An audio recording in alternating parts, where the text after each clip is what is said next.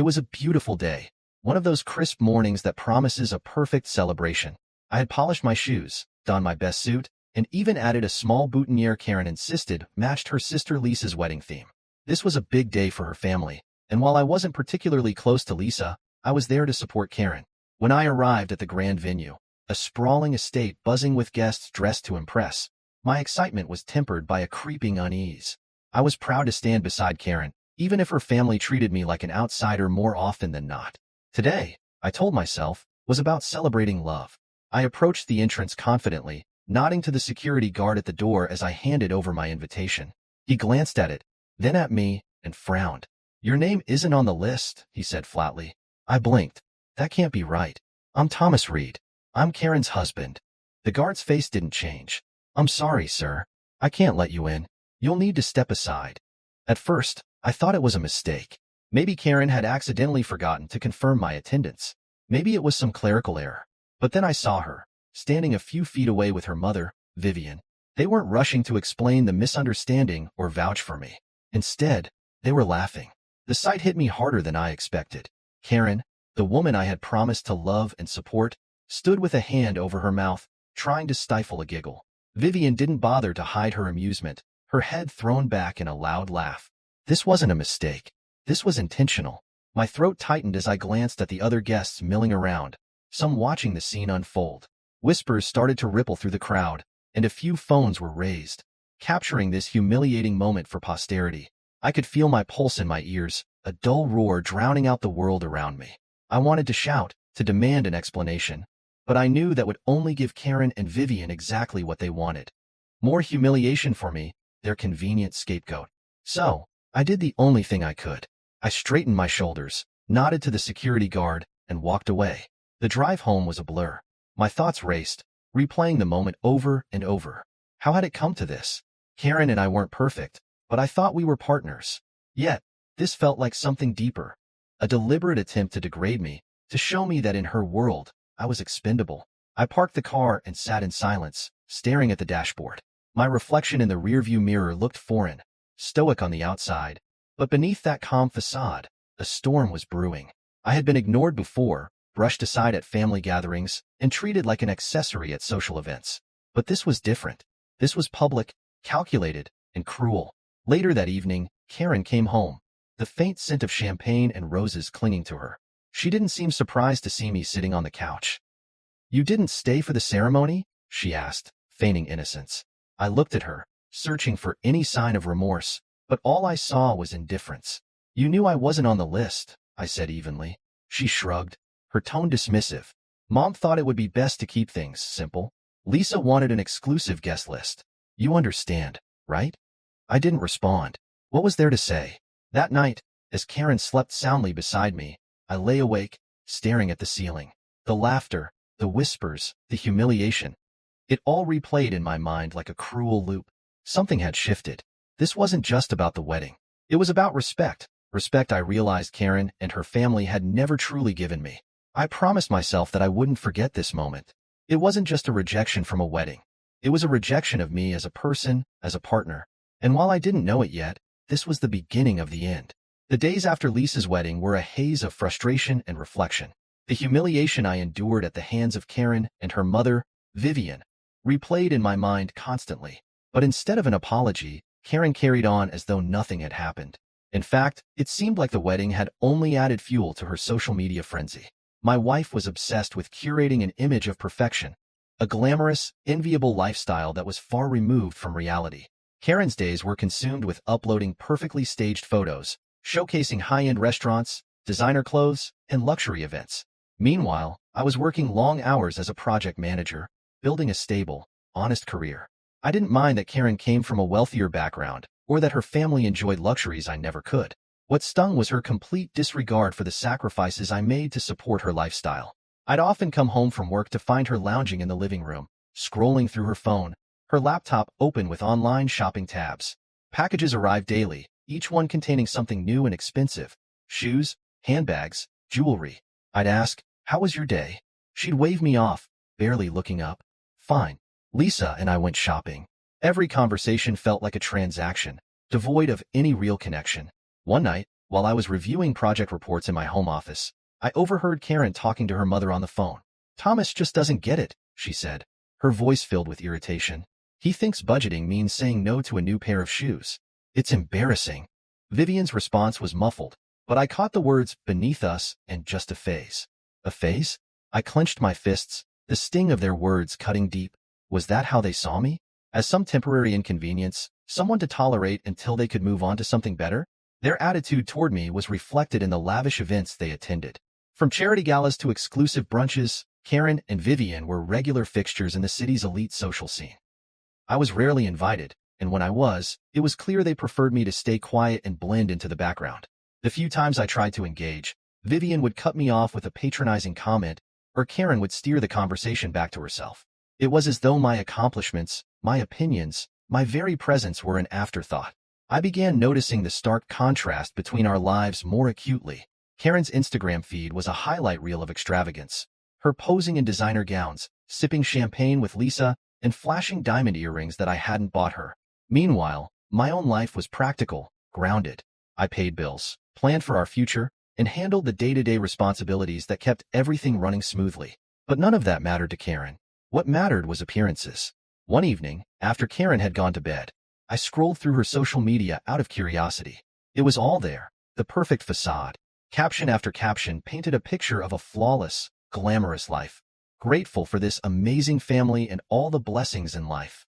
My face wasn't in a single photo. Not one mention of me or my role in making those blessings possible. Instead, it was Lisa, Vivian, and Karen, smiling at fancy restaurants or lounging on pristine beaches, the captions dripping with self-satisfaction.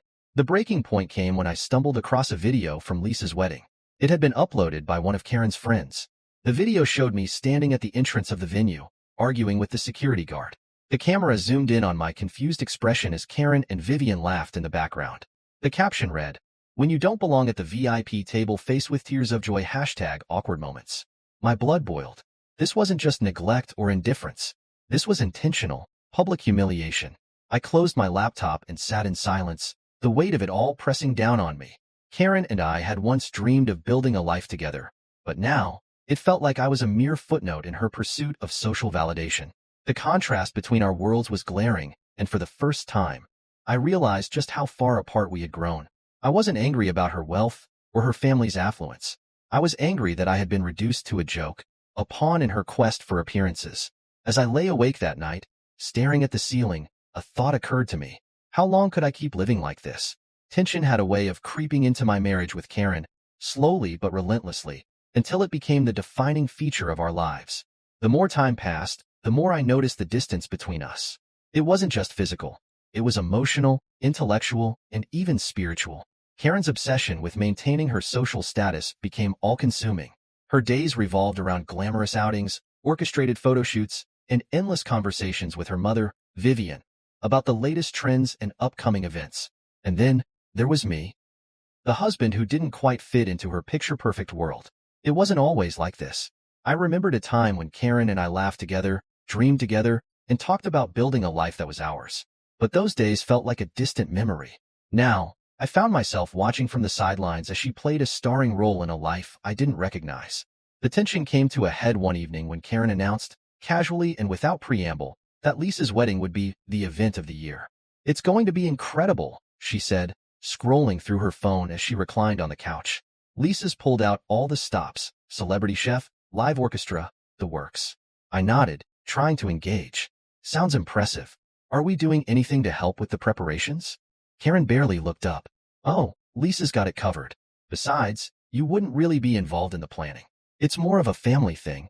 I frowned. I thought I was family. Karen waved her hand dismissively. "You know what I mean." Her words stung more than I cared to admit. That was the thing about Karen. She didn't always need to say something outright to make her feelings clear. To her, I wasn't really part of her family. I was a convenient accessory, someone to pay the bills and provide stability while she pursued her curated version of perfection. As the wedding day approached, the cracks in our relationship became impossible to ignore. Karen spent hours on the phone with Vivian and Lisa, discussing every detail of the event. The guest list, the decorations, the menu. It was all carefully orchestrated to impress. I was rarely included in these conversations. When I tried to join in, Karen would brush me off with a quick, "Don't worry about it," or "This isn't really your thing." It wasn't just the wedding that caused tension. Karen's social media presence had become a point of contention as well. One evening, I glanced at her phone as she posted yet another picture of herself in a designer dress. The caption read, "Grateful for this fabulous life and the amazing people who make it possible." Amazing people? I couldn't help but wonder if I even made the list. The distance between us grew wider with each passing day. Conversations became strained, our shared laughter a distant memory. I felt like I was living with a stranger, someone more concerned with likes and comments than the man she had married. The final straw came during a family dinner a week before the wedding. Vivian was holding court, as usual, regaling everyone with tales of Lisa's extravagant plans. "This wedding is going to be talked about for years," she said with a self-satisfied smile. "It's a real family affair." I raised an eyebrow. "Doesn't seem like I've been involved much in this family affair." The table went silent for a moment before Vivian laughed. "Oh, Thomas, don't take it personally. This is Lisa's day. You're more of a behind-the-scenes kind of guy." "Behind the scenes?" Karen chuckled along with her mother, and I felt my stomach twist. It wasn't just what they said. It was the way they said it, as though I didn't belong. That night, Karen and I argued for the first time in months. "Why do you let them treat me like this?" I demanded, my voice shaking with frustration. "Like what?" Karen shot back. "They don't mean anything by it. You're just overreacting." "Overreacting?" I said, incredulous. "Karen, I'm your husband. I should feel like I'm part of your life, not some outsider." She sighed, exasperated. "You're making this into a bigger deal than it needs to be. Can't you just let it go?" Let it go. I didn't say anything else that night. What was the point? Karen had made it clear where her priorities lay, and I wasn't one of them. The tension between us was no longer something I could ignore. It had become the defining feature of our marriage, a constant, unspoken presence that colored every interaction. And as Lisa's wedding drew closer, I couldn't shake the feeling that things were about to reach a breaking point. The day of Lisa's wedding had finally arrived. It was all anyone in Karen's family could talk about for weeks. The high-profile guest list, the glamorous venue, the endless luxuries that only someone with Vivian's influence could orchestrate. For Karen, this was more than a family celebration. It was a chance to flaunt her status, to step into the spotlight and bask in the admiration of the elite. For me, it was something entirely different. I dressed carefully that morning, pulling on the tailored suit Karen had picked out for me months earlier. The memory stung now, as I realized it was more about how I'd look in photos than any actual consideration for me. Karen was already gone by the time I finished getting ready. She left early to help Lisa with last-minute preparations, though help likely meant sipping champagne and posing for pre-ceremony pictures. I followed behind in my car, my nerves building with each mile. After the tension of the past few weeks, I hoped that being present at the wedding might help bridge the growing gap between Karen and me. When I arrived at the venue, it was every bit as opulent as expected. A sprawling estate with manicured gardens, fountains glistening in the sunlight, and valets darting between luxury cars. Guests in designer dresses and tailored suits milled about, their laughter and chatter filling the air. I approached the entrance, where a stern-looking security guard stood with a clipboard. "Name?" he asked curtly. "Thomas Reed," I replied, offering a polite smile. The guard scanned his list, his brow furrowing. "You're not on here." For a moment, I thought he must have made a mistake. "That can't be right," I said. "I'm Karen's husband. I was invited." The guard's expression didn't change. "Your name isn't on the list. I can't let you in." I glanced around, searching for Karen or anyone who might vouch for me. That's when I saw them. Karen and Vivian standing a few yards away, watching the exchange with thinly veiled amusement. Karen turned to her mother and said something, and they both laughed. My stomach dropped. This wasn't a mistake. This was intentional. I tried to reason with the guard one last time. "Please, can you check again? This has to be an error." But his tone remained firm. "I'm sorry, sir. You need to step aside." As I moved away from the entrance, the reality of the situation hit me like a punch to the gut. Karen and Vivian had orchestrated this humiliation, reducing me to a spectacle for their amusement. To make matters worse, I noticed several guests looking in my direction, their whispers and sidelong glances making my humiliation complete. My phone buzzed in my pocket, a notification from social media, curious and dreading it at the same time. I opened the app to find a live stream. The video was clear. Me standing awkwardly at the entrance, the guard denying me entry, and Karen in the background, laughing. The caption read, "When you don't make the VIP list. Face with tears of joy #awkward husband moments." My heart raced as I stared at the screen, my face heating with anger and shame. They hadn't just humiliated me in front of their friends and family. They had broadcasted it to the world. I turned and walked back to my car, each step heavier than the last. My hands gripped the steering wheel tightly as I drove away, my mind swirling with a mix of anger, sadness, and disbelief. How had it come to this? How had I gone from being Karen's partner, her confidant, to the butt of her jokes? That evening, Karen came home late, still glowing from the success of the event. "Why did you leave?" she asked casually, as though nothing had happened. "You know why," I replied, my voice colder than I intended. She shrugged, completely unfazed. "It's just a bit of fun, Thomas. Don't take everything so seriously." I stared at her, searching for some trace of guilt or remorse, but there was none. She didn't care. Not about the humiliation, not about my feelings, not about us. That night, I lay awake, replaying the day's events in my mind. The laughter, the whispers, the live stream.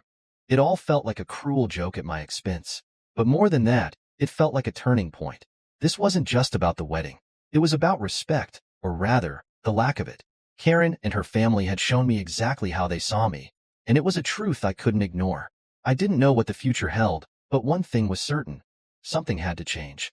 The morning after the wedding humiliation, I woke up to the relentless buzzing of my phone. At first, I thought it might be work, but as I unlocked the screen, my heart sank. Social media notifications flooded in, tags, comments, and messages, all stemming from that live stream. Karen's fun, at my expense, had gone viral. Strangers I'd never met weighed in on my life, turning my humiliation into their entertainment.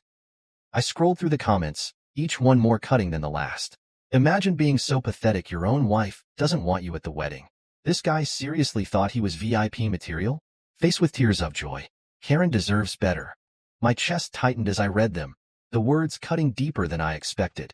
I wasn't just embarrassed anymore, I was furious. Karen had crossed a line, and now I was left to face the fallout. When Karen came downstairs, she was her usual self, calm, composed, and completely unaware of the storm she'd unleashed. "Morning," she said breezily, scrolling through her phone as she sipped her coffee. "Morning," I replied, my voice clipped. She didn't notice my tone, too absorbed in her social media feed. That was, until she came across the comments. "Oh," she muttered, her expression shifting ever so slightly. "People can be so mean online." I stared at her, incredulous. "Mean? Karen, they're mocking me because of what you and your mother did yesterday." She looked up, feigning innocence. "What are you talking about?"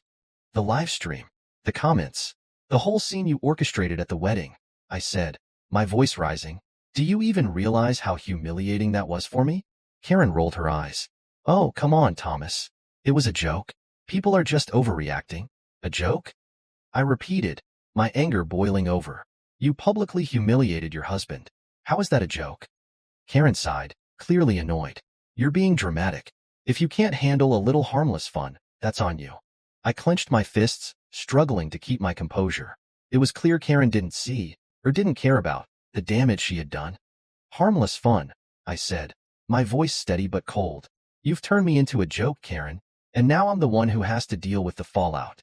She didn't respond, instead turning back to her phone. The backlash wasn't limited to strangers online. At work, my colleagues tiptoed around me, their awkward smiles and hushed whispers confirming they'd seen the video. During a meeting, one of them made a passing comment, trying to lighten the mood.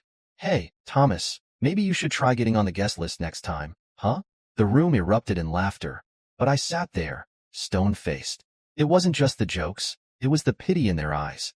Everyone saw me as the man whose wife didn't respect him, and it hurt more than I cared to admit. At home, things weren't any better. Karen continued to post her curated version of life online, ignoring the growing tension between us. She acted as though nothing had happened, brushing off any attempt I made to address the situation. But the worst part was the silence from her family. Vivian, who had been so vocal in orchestrating the wedding, had nothing to say about the fallout.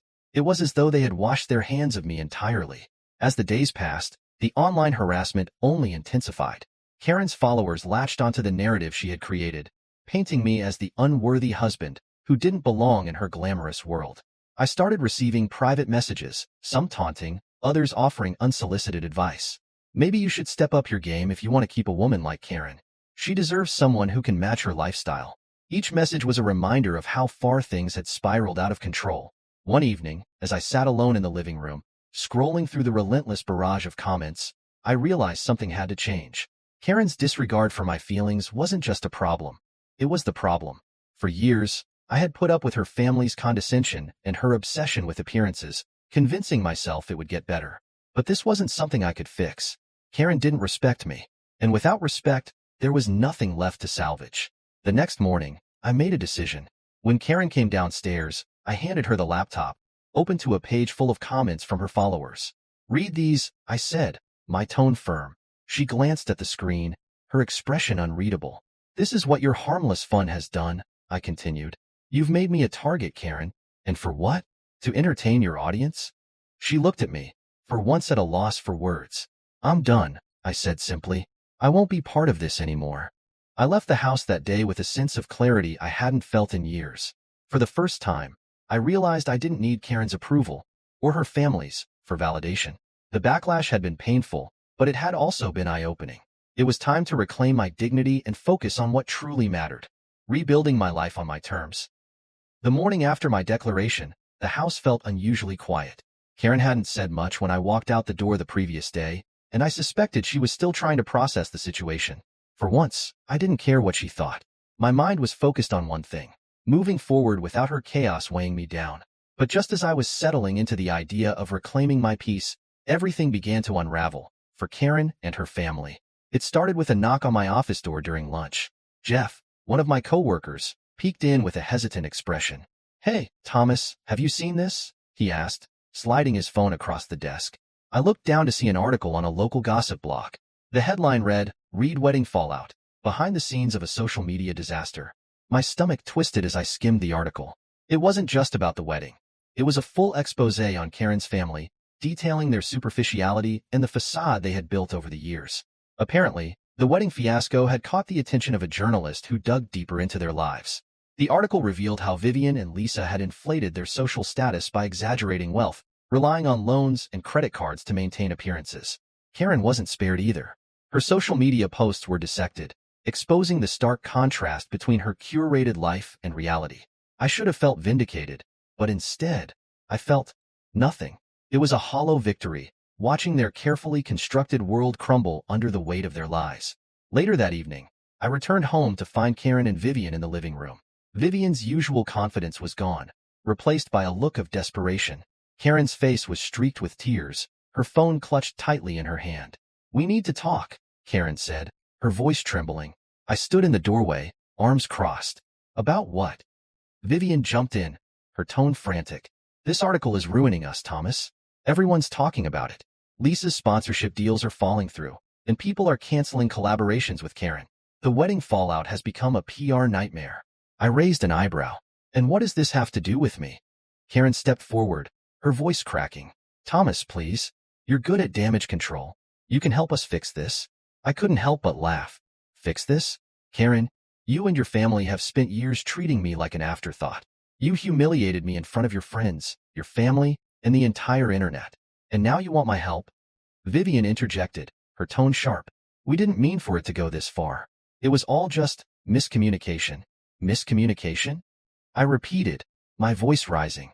"You orchestrated my public humiliation. That wasn't a miscommunication. It was deliberate." Karen broke down, tears streaming down her face. "I made a mistake, okay? I didn't think it would end like this. I didn't think." "You didn't think," I interrupted. "That's the problem, Karen. You never thought about how your actions would affect me. And now that your perfect little world is falling apart, you expect me to clean up your mess." She opened her mouth to respond but stopped, realizing there was nothing she could say to justify her actions. The fallout extended beyond their social circles. Vivian revealed that creditors were calling, demanding repayment for the loans used to fund Lisa's extravagant wedding. The vendors were threatening lawsuits after not receiving full payment. "Thomas," Vivian pleaded, "you have connections. You could talk to them, negotiate something." I shook my head. "No, Vivian. You and your family made this mess, and you'll have to deal with the consequences. I'm done being the person you walk all over whenever it's convenient." The desperation in the room was palpable. Karen looked at me, her expression a mix of regret and helplessness. "I'll do better," she said softly. "I'll make this right. Please, just don't give up on us." I stared at her, searching for sincerity in her words. but all I saw was someone grasping at straws, trying to salvage a life that had already fallen apart. I gave you everything, Karen, I said, my voice steady. My support, my loyalty, my love. And you threw it all away. I'm not giving up on us. You already did. That night, I packed a small bag and left the house. I didn't slam the door or make a scene. I simply walked away, leaving Karen and Vivian to deal with the wreckage they had created. As I drove to a hotel, I felt an overwhelming sense of relief. For the first time in years, I wasn't weighed down by their expectations or their toxic behavior. The fallout from the wedding had exposed the truth about Karen and her family, and it was clear they were more concerned with saving face than making amends. But I wasn't their scapegoat anymore. I thought I had seen the worst of it. The humiliation at the wedding, the social media fallout, and Karen's hollow apologies were enough to make me believe that nothing else could shock me. But as I moved forward, trying to put distance between myself and her family's chaos, I stumbled upon truths that made everything I'd endured seem like the tip of the iceberg. It started with an unexpected phone call. "Thomas," a voice said hesitantly, "this is Melissa, Lisa's former event planner." I frowned. "Former?" "Yes," she sighed. "I resigned after the wedding fiasco, but I wanted to reach out because, well, you deserve to know what really went on behind the scenes." I gripped the phone tighter. "Go on." Melissa proceeded to unravel a tangled web of deceit and manipulation. She told me about the lavish expenses for Lisa's wedding, expenses that Karen and Vivian had justified as necessary to maintain their image. But what struck me most was how these expenses were funded. "The money didn't come from Vivian," Melissa revealed. "Karen borrowed against your joint accounts." "She didn't tell you?" My stomach churned. Karen had drained our savings to fund a spectacle that I wasn't even allowed to attend. The more Melissa shared, the clearer the picture became. Karen and Vivian had been living beyond their means for years, using loans, credit cards, and shady financial maneuvers to maintain their illusion of wealth. But what really made my blood boil was Melissa's next revelation. "I overheard something during the wedding preparations," she said, her voice hesitant. "Karen and Vivian were laughing about you. They said you were too simple to understand how money worked and that you'd never notice if they used your funds." Her words hit me like a freight train. That evening, I returned to the house, not to reconcile, but to confront Karen and demand answers. She was sitting in the living room, scrolling through her phone as if nothing had happened. Vivian wasn't there, and for that, I was grateful. "We need to talk," I said, my voice cold. Karen looked up, surprised by my tone. "What's wrong now?" I threw the bank statements on the table in front of her. "Care to explain this?" She glanced at the papers, her face paling as realization set in. "Thomas, I can." "Don't," I snapped. "Don't lie to me. Melissa already told me everything. You drained our accounts to fund your sister's wedding, and you thought I wouldn't notice?" Karen's mouth opened and closed like a fish gasping for air. "It wasn't like that," she stammered. "We were going to pay it back. You know how important appearances are to my family." "Appearances?" I said, incredulous. "You sacrificed our future for appearances? Do you even hear yourself?" She stood, her voice rising. "You don't understand what it's like, Thomas. My family has expectations, and I had to meet them. You've always been content with your modest life, but I couldn't live like that." Her words stung, but they also confirmed what I had suspected for years. Karen didn't see me as an equal partner. To her, I was a means to an end, a convenient provider who could be discarded when I no longer served her purpose. "You used me," I said quietly. "Not just my money, but my trust, my love, everything. And for what? To impress people who don't even care about you?" Karen's composure cracked. Tears welled in her eyes, but I didn't feel any sympathy. The final blow came when I confronted her about the live stream and her mother's involvement. "Was humiliating me at the wedding part of your grand plan too?" I demanded. She hesitated, which was all the confirmation I needed. "It wasn't personal," she said weakly. "It was just fun. People like that kind of drama." I shook my head in disbelief. "You humiliated your husband for social media clout. Do you even hear how ridiculous that sounds?" Karen broke down, sobbing. "I didn't mean for things to get this bad. I was just trying to keep up, to make things work." Her tears might have moved me once, but not anymore. "I don't care about your excuses, Karen," I said firmly. "You betrayed me, and you betrayed this marriage. There's nothing left to salvage." She looked up at me, desperation etched on her face. "So that's it? You're just giving up?" "No," I said, my voice steady. "You gave up on us the moment you chose your family's image over our relationship. I'm just accepting it." I packed the last of my things that night, determined not to look back. As I drove away, I felt a strange mix of emotions: anger, sadness, relief. The betrayal had cut deep, but it had also given me clarity. Karen's actions had shown me who she truly was, and I refused to let her drag me down any further. It was time to start over, free from her lies and manipulation. It was almost a week after I left when Karen reached out to me. The silence had been deafening on her end. No texts, no calls, until my phone buzzed with her name on the screen. For a moment, I considered ignoring it, but something in me decided to pick up. Her voice was soft, almost hesitant.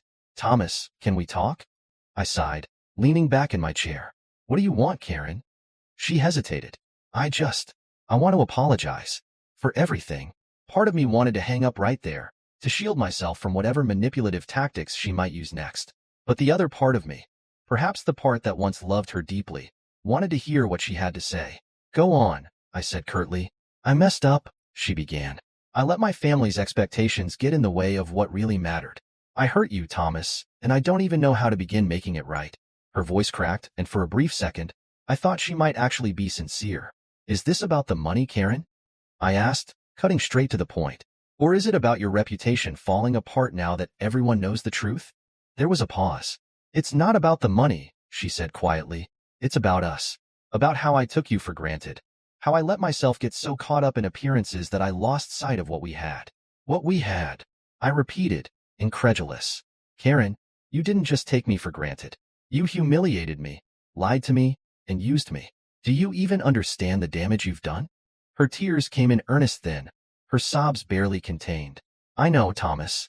I know I don't deserve your forgiveness, but I can't believe how far I let things go. I've lost everything, and it's my fault." Her words hung in the air, heavy with regret, but I couldn't let myself soften. "Not yet. Karen, do you even understand what forgiveness means?" I asked. "It's not just about saying you're sorry and expecting everything to go back to normal. It's about taking responsibility for your actions, about actually making changes. And from where I'm standing, all I see is someone who's sorry because they got caught." She was silent for a long moment, and I could hear her steadying her breathing. "You're right," she admitted. "I haven't earned your forgiveness. And maybe I never will. But I need you to know that I'm going to try. I'm going to make things right, even if it's too late for us." For the first time, her words felt genuine. But that didn't mean I was ready to let her back into my life. "Karen," I said, my tone softening slightly, "I appreciate the apology. I really do. But you need to understand that this isn't something you can fix with words. You broke my trust, and that's not something I can easily get back." "I know," she whispered. "I just wanted you to know that I'm sorry. For everything." I sighed, feeling a twinge of sadness despite my resolve. "I hope you mean that, Karen. I really do. But forgiveness doesn't mean going back to the way things were. It means moving forward, separately." After I ended the call, I sat in silence, reflecting on everything that had led to this point. Karen's apology had felt sincere, but sincerity wasn't enough. She had made her choices, and now she had to live with the consequences. For me, the apology wasn't closure. It was confirmation that walking away had been the right decision. That night, I slept more peacefully than I had in months. Karen's apology, while appreciated, didn't change the fact that I had a new life to build. A life free from manipulation, humiliation, and toxic relationships. And for the first time in a long time, I felt hopeful about the future. The day after Karen's apology, I felt a strange sense of peace. Not because her words had magically mended everything, but because I knew I was no longer tethered to her chaos. The weight of her manipulation and my constant attempts to hold our marriage together were gone, and in its place was a quiet clarity. For the first time in years, I focused solely on myself. I started small, tackling the things I had neglected in the wake of our crumbling relationship. My apartment, a temporary refuge after leaving the house, was bare and impersonal, but I began making it my own. A few framed photos, a comfortable couch, and a new coffee maker were simple additions, but they felt like steps toward rebuilding a life that was mine. Work became my sanctuary. As a project manager, I thrived on structure and progress, and throwing myself into my career helped me regain a sense of control. My coworkers, once hesitant to approach me after the wedding debacle, started treating me with a newfound respect. Maybe it was because I carried myself differently, no longer weighed down by Karen's dismissive comments or Vivian's judgmental stares. One afternoon, Jeff, the coworker who had shown me the article about Karen's family, stopped by my office. "Hey, Thomas," he said, leaning against the doorframe. "You seem different lately. Happier, maybe?" I smiled. I guess you could say I've been doing some spring cleaning, clearing out the toxic stuff in my life. Jeff nodded, grinning. Good for you, man. You deserve it. His words, though simple, resonated. For so long, I had felt like I was drowning in a sea of other people's expectations. Now, I was finally breathing again. I also began reconnecting with old friends, people I had lost touch with during my marriage. Karen had always discouraged me from maintaining those relationships, dismissing my friends as too ordinary for her taste. One evening, I met up with an old college buddy, Marcus, at a local bar. You look good, man, Marcus said, clapping me on the shoulder. Better than the last time I saw you. Thanks, I replied, sipping my beer. It's amazing what leaving a toxic situation can do for your sanity. Marcus chuckled. Well, here's to new beginnings. We raised our glasses, the clink of the toast feeling like a symbolic moment. As the weeks turned into months, I noticed more changes, not just in my surroundings, but in myself. I started running again, something I hadn't done since Karen dismissed it as a hobby for people who can't afford gym memberships. The rhythmic pounding of my feet on the pavement became a form of therapy, a way to process everything I had been through. I also rediscovered my love for photography, dusting off my old camera and venturing out to capture sunsets, cityscapes, and candid moments of life around me. Each photo felt like a snapshot of my journey, proof that I was moving forward, one step at a time. Karen reached out a few more times during those months. Her messages ranged from apologetic to accusatory, depending on her mood. Sometimes she would beg for another chance, claiming she had changed. Other times, she would lash out, accusing me of abandoning her and refusing to take responsibility for her actions. I didn't respond to most of her messages. When I did, it was brief and to the point. We're done, Karen. I wish you the best, but I'm moving on. The final message came one morning in early spring. I hope you find happiness, Thomas, she wrote. I'm sorry for everything. This time, I didn't feel the need to reply. Moving forward wasn't just about cutting ties with Karen. It was about redefining what I wanted for myself. I set new goals for my career, taking on more challenging projects and earning recognition for my leadership. I started traveling, visiting places I had always dreamed of but never prioritized. In the process, I met new people who valued me for who I was, not for the image I projected. One of those people was Clara, a photographer I met during a local art exhibit. She was vibrant, down-to-earth, and completely uninterested in social media clout or superficial appearances. Our connection was easy, unforced. Over coffee one evening, she asked me about my past. I hesitated, unsure how much to share, but her genuine curiosity made me feel safe. I've been through some interesting times, I said, smiling wryly. She laughed. Haven't we all? The important thing is where you are now. Where I was now, I realized, was a far cry from where I had been.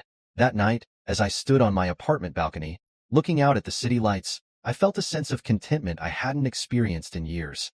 Karen and her family had once dominated my life, their expectations and judgments shaping every decision I made. But now, they were just a chapter in my story, a chapter that had taught me valuable lessons about self-worth and resilience. Moving forward didn't mean forgetting the past. It meant learning from it, growing stronger because of it, and using those lessons to build a future that was truly mine. Months had passed since I walked away from Karen and the life we had built, or rather, the life I had sacrificed to maintain while she focused on appearances. In that time, I had discovered a sense of freedom and peace that felt almost foreign after years of living under the shadow of her family's expectations. This wasn't just a new chapter. It was an entirely new book. My days were no longer filled with the tension of trying to measure up to someone else's version of success. Instead, I woke up each morning with a sense of purpose that came from pursuing things that genuinely mattered to me. The apartment I had once considered a temporary refuge was now my sanctuary.